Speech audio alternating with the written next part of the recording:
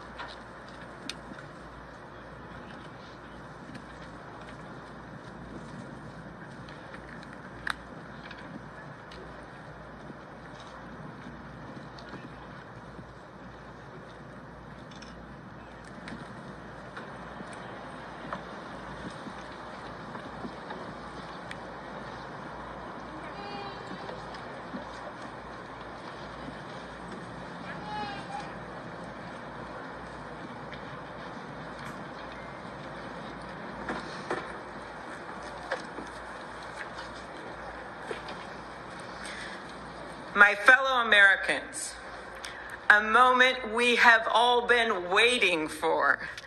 It is now my great privilege and high honor to be the first person to officially introduce the 46th President of the United States, Joseph R. Biden, Jr.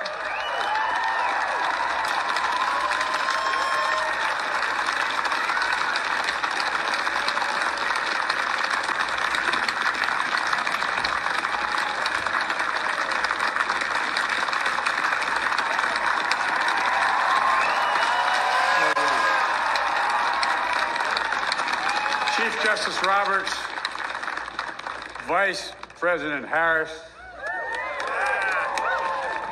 Speaker Pelosi, Leader Schumer, Leader McConnell, Vice President Pence, and my distinguished guests, my fellow Americans.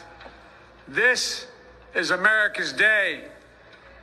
This is democracy's day, a day of history and hope, of renewal and resolve. Through a crucible for the ages, America has been tested anew, and America has risen to the challenge. Today, we celebrate the triumph not of a candidate, but of a cause, the cause of democracy. The people, the will of the people has been heard, and the will of the people has been heeded. We've learned again that democracy is precious. Democracy is fragile. And at this hour, my friends, democracy has prevailed. So now, on this hallowed ground where just a few days ago, violence sought to shake the Capitol's very foundation, we come together as one nation, under God, indivisible, to carry out the peaceful transfer of power as we have for more than 2 centuries. As we look ahead in our uniquely American way, restless, bold, optimistic, and set our sights on the nation we know we can be and we must be. I thank my predecessors of both parties for their presence here today. I thank them from the bottom of my heart. And I know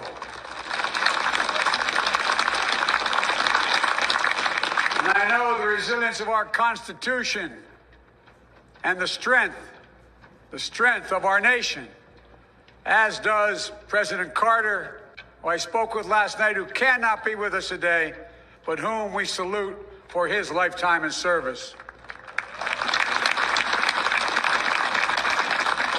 I've just taken the sacred oath each of those patriots have taken. The oath first sworn by George Washington. But the American story depends not on any one of us, not on some of us, but on all of us, on we, the people, who seek a more perfect union. This is a great nation. We are good people. And over the centuries, through storm and strife, in peace and in war, we've come so far, but we still have far to go. We'll press forward with speed and urgency, for we have much to do in this winter of peril and significant possibilities. Much to repair, much to restore, much to heal, much to build, and much to gain. Few people in our nation's history have been more challenged or found a time more challenging or difficult than the time we're in now. Once-in-a-century virus that silently stalks the country has taken as many lives in 1 year as America lost in all of World War II. Millions of jobs have been lost. Hundreds of thousands of businesses closed. A cry for racial justice, some 400 years in the making, moves us. The dream of justice for all will be deferred no longer. A cry for survival comes from the planet itself. A cry that can't be any more desperate or any more clear. And now, a rise of political extremism, white supremacy, domestic terrorism, that we must confront and we will defeat. To overcome these challenges, to restore the soul and secure the future of America, requires so much more than words. It requires the most elusive of all things in a democracy: unity. Unity. In another January, on New Year's Day in 1863, Abraham Lincoln signed the Emancipation Proclamation. When he put pen to paper, the president said, and I quote, "If my name ever goes down into history, it'll be for this act, and my whole soul is in it." My whole soul is in it. Today, on this January day, my whole soul is in this. Bringing America together, uniting our people, uniting our nation. And I ask every American to join me in this cause.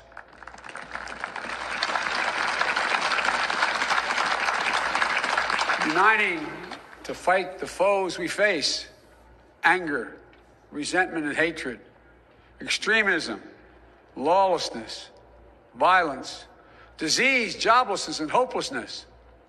With unity, we can do great things, important things. We can right wrongs.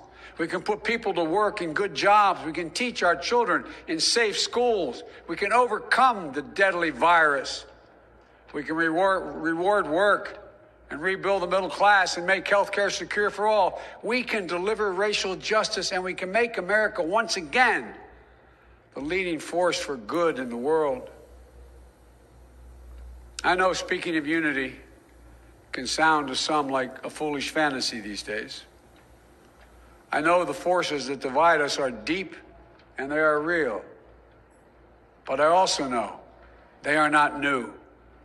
Our history has been a constant struggle between the American ideal that we're all are created equal and the harsh, ugly reality that racism, nativism, fear, demonization have long torn us apart. The battle is perennial, and victory is never assured. Through Civil War, the Great Depression, World War, 9/11, through struggle, sacrifice, and setbacks, our better angels have always prevailed. In each of these moments, enough of us have come together to carry all of us forward. And we can do that now. History, faith, and reason show the way of unity.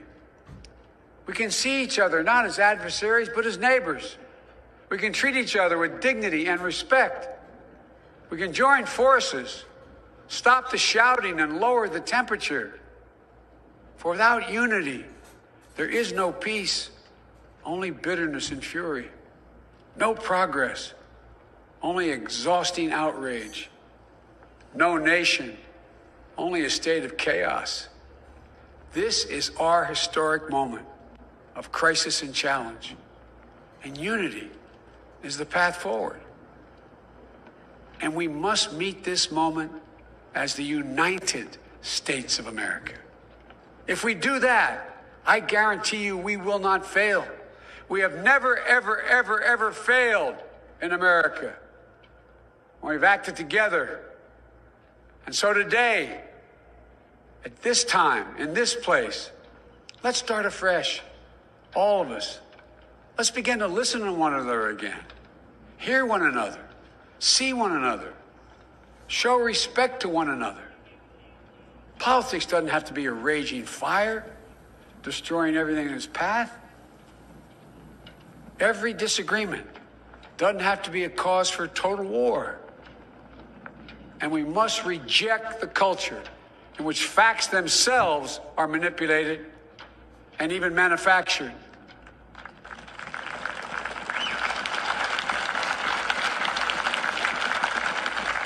My fellow Americans, we have to be different than this. America has to be better than this. And I believe America is so much better than this. Just look around.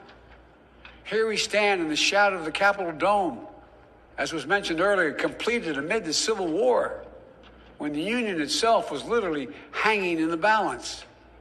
Yet we endured. We prevailed. Here we stand, looking out on the great mall where Dr. King spoke of his dream. Here we stand where 108 years ago, at another inaugural, thousands of protesters tried to block brave women marching for the right to vote. And today, we mark the swearing in of the first woman in American history elected to national office, Vice President Kamala Harris. Don't tell me things can't change. Here we stand across the Potomac from Arlington Cemetery, where heroes who gave the last full measure of devotion rest in eternal peace. And here we stand, just days after a riotous mob thought they could use violence to silence the will of the people, to stop the work of our democracy, to drive us from this sacred ground. It did not happen. It will never happen. Not today, not tomorrow, not ever. Not ever.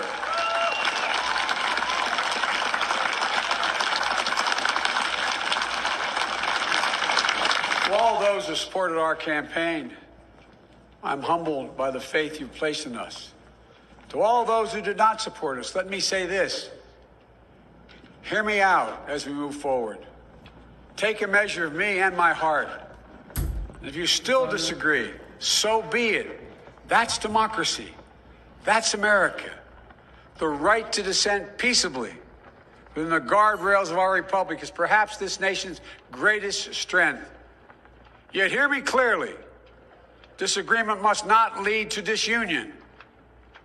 And I pledge this to you. I will be a president for all Americans, all Americans. And I promise you, I will fight as hard for those who did not support me as for those who did.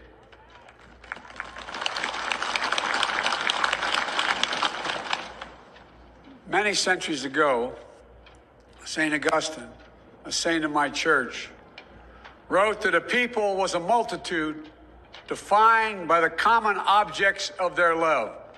Defined by the common objects of their love. What are the common objects we as Americans love that define us as Americans? I think we know. Opportunity, security, liberty, dignity, respect, honor, and yes, the truth. Recent weeks and months have taught us a painful lesson. There is truth and there are lies. Lies told for power and for profit. And each of us has a duty and a responsibility as citizens, as Americans, and especially as leaders. Leaders who have pledged to honor our Constitution and protect our nation, to defend the truth and defeat the lies. Look, I understand that many of my fellow Americans view the future with fear and trepidation. I understand they worry about their jobs. I understand, like my dad, they lay at bed at night, staring at the ceiling, wondering, can I keep my health care? Can I pay my mortgage? Thinking about their families, about what comes next. I promise you, I get it. But the answer is not to turn inward, to retreat into competing factions, distrusting those who don't look like you, or worship the way you do, or don't get their news from the same sources you do. We must end this uncivil war that pits red against blue, rural versus urban, conservative versus liberal. We can do this if we open our souls instead of hardening our hearts, if we show a little tolerance and humility, and if we're willing to stand in the other person's shoes, as my mom would say, just for a moment, stand in their shoes. Because here's the thing about life. There's no accounting for what fate will deal you. Some days, when you need a hand. There are other days when we're called to lend a hand. That's how it has to be. This is what we do for one another. And if we are this way, our country will be stronger, more prosperous, more ready for the future. And we can still disagree. My fellow Americans, in the work ahead of us, we're going to need each other. We need all our strength to persevere through this dark winter. We're entering what may be the toughest and deadliest period of the virus. We must set aside politics and finally face this pandemic as one nation. One nation. And I promise you this, as the Bible says, weeping may endure for a night, but joy cometh in the morning. We will get through this together. Together. Look, folks, all my colleagues I serve with in the House and the Senate up here, we all understand the world is watching all of us today. So here's my message to those beyond our borders. America has been tested, and we've come out stronger for it. We will repair our alliances and engage with the world once again. Not to meet yesterday's challenges, but today's and tomorrow's challenges. And we'll lead not merely by the example of our power, but by the power of our example.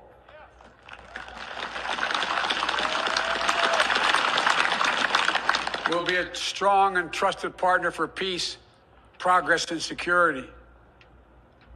Look, you all know we've been through so much in this nation. And my first act as president I'd like to ask you to join me in a moment of silent prayer. Remember all those who we lost in this past year to the pandemic. Those 400,000 fellow Americans, moms, dads, husbands, wives, sons, daughters, friends, neighbors, and co-workers. We'll honor them by becoming the people and the nation we know we can and should be. So I ask you, let's say a silent prayer for those who've lost their lives and those left behind, and for our country.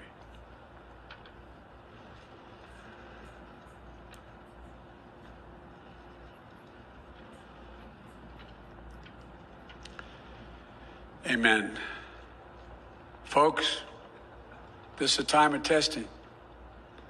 We face an attack on our democracy and on truth, a raging virus, growing inequity, the sting of systemic racism, a climate in crisis, America's role in the world. Any one of these would be enough to challenge us in profound ways. But the fact is, we face them all at once, presenting this nation with one of the gravest responsibilities we've had. Now we're going to be tested. Are we going to step up, all of us?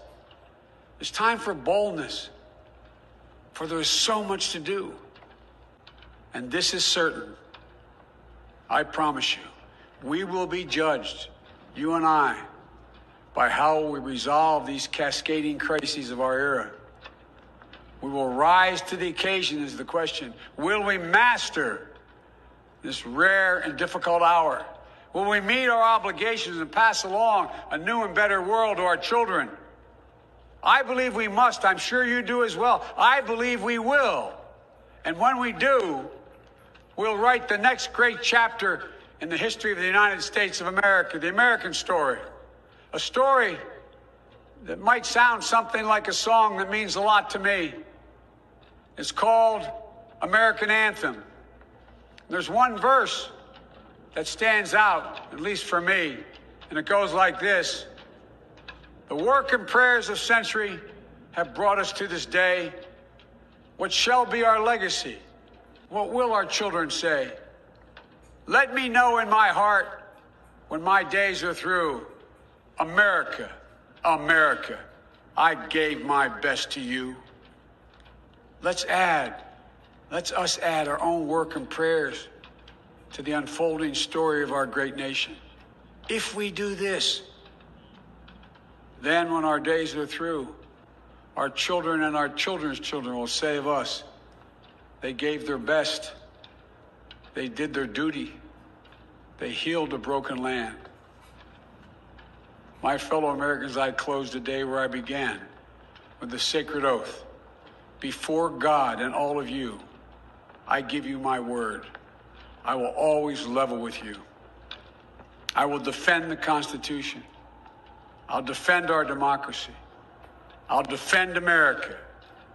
And I'll give all of you, keep everything I do in your service, thinking not of power, but of possibilities, not of personal interest, but the public good. And together, we shall write an American story of hope, not fear, of unity, not division, of light, not darkness, a story of decency and dignity, love and healing, greatness and goodness. May this be the story that guides us, the story that inspires us, and the story that tells ages yet to come that we answered the call of history. We met the moment. Democracy and hope, truth and justice did not die on our watch, but thrived. That America secured liberty at home and stood once again as a beacon to the world. That is what we owe our forebears, one another, and generation to follow. So, with purpose and resolve, we turn to those tasks of our time, sustained by faith, driven by conviction, and devoted to one another and the country we love with all our hearts. May God bless America, and may God protect our troops. Thank you, America.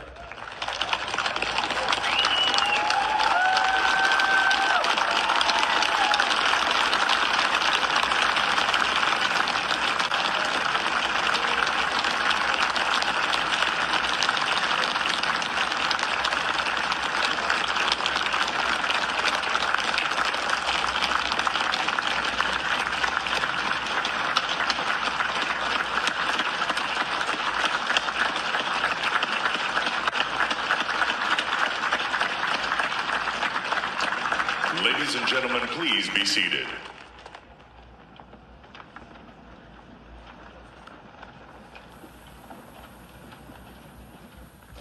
Ladies and gentlemen, please welcome Garth Brooks to perform Amazing Grace.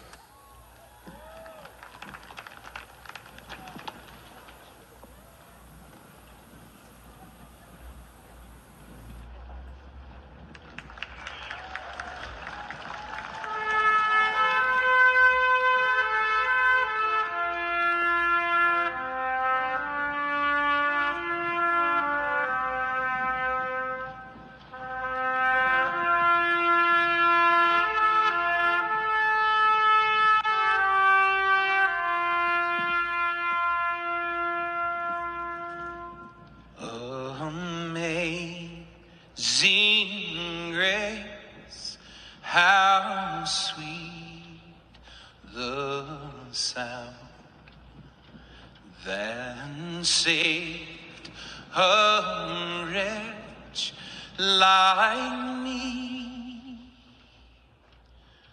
I once was lost, but now I'm found.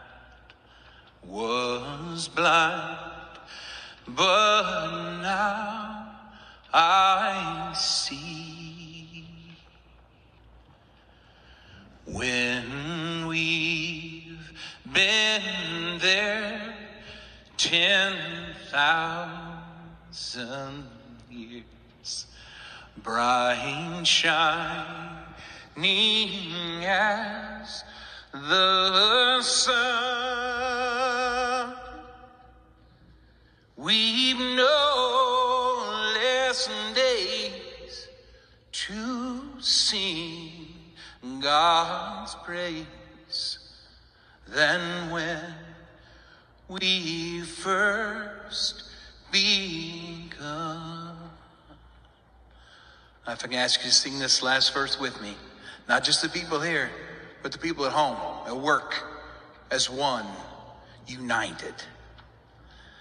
Amazing grace, how sweet the sound that saved a wretch like me.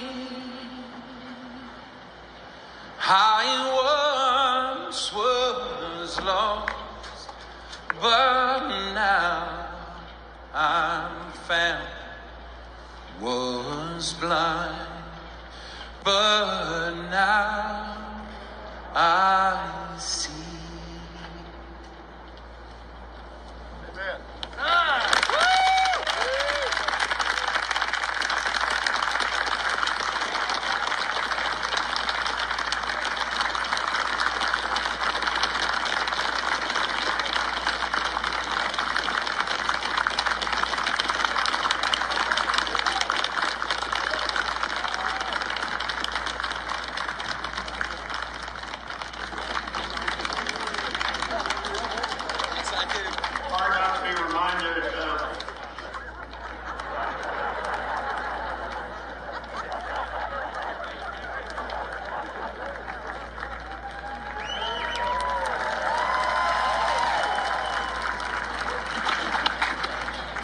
Hard not to be reminded of President Obama's singing that same song at the Mother Emanuel Church. A song that in our culture is as close to both poetry and prayer as you could possibly come. And we're going to finish with those two things. Let me introduce Amanda Gorman, our nation's first ever National Poet Laureate.